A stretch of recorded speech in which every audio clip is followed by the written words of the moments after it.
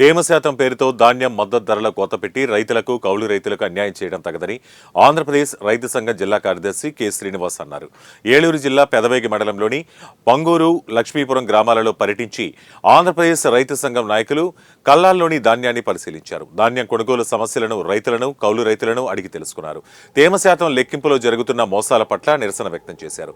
రైతు సేవా కేంద్రంలో లెక్కించిన తేమ శాతానికి భిన్నంగా రైస్ మిల్లుల్లో అధిక తేమ శాతం చూపి అన్నదాతలను ఇబ్బందులకు గురి చేయడం తగదన్నారు.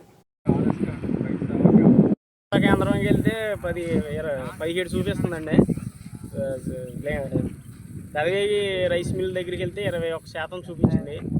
దీన్ని వెళ్ళే విధానం కొంచెం తొందరగా చేయాలి. ఉన్నాం. అయితే కల్లాల్లో రైతులతో కూడా మాట్లాడడం జరిగింది. ప్రధానంగా సన్న చిన్నకారు రైతులు, పేద రైతులు, కౌలు రైతులే ఈరోజు వరి పంటని పండిస్తూ ఉన్నారు.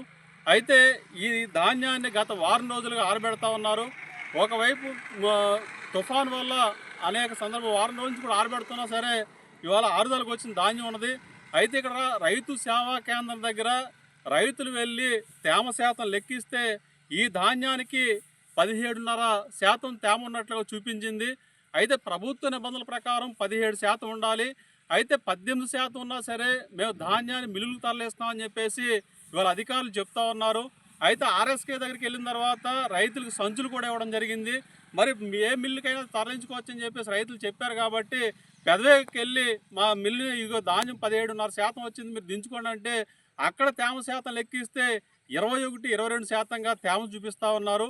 అంటే ఇక్కడ ఆర్ఎస్కే దగ్గర ఒకసారి తేమ శాతం, మిల్లు దగ్గరికి వెళ్ళిన తర్వాత మరొక తేమ శాతం చూపించి ఇవాళ రైతులను ఇబ్బంది గురి చేస్తున్న పరిస్థితి ఉన్నది.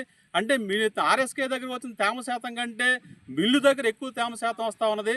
గతంలో కూడా మేము రైతు సంఘంగా వినతిపత్రం ఇచ్చిన సందర్భాల్లో ఆర్ఎస్కే దగ్గర ఏ తేమ శాతం మిషన్ అయితే ఉన్నదో అదే మిషన్ని ఇవాళ మిల్లు దగ్గర కూడా మేము ఏర్పాటు చేస్తాము. కాబట్టి ఆర్ఎస్కేలో ఇచ్చిన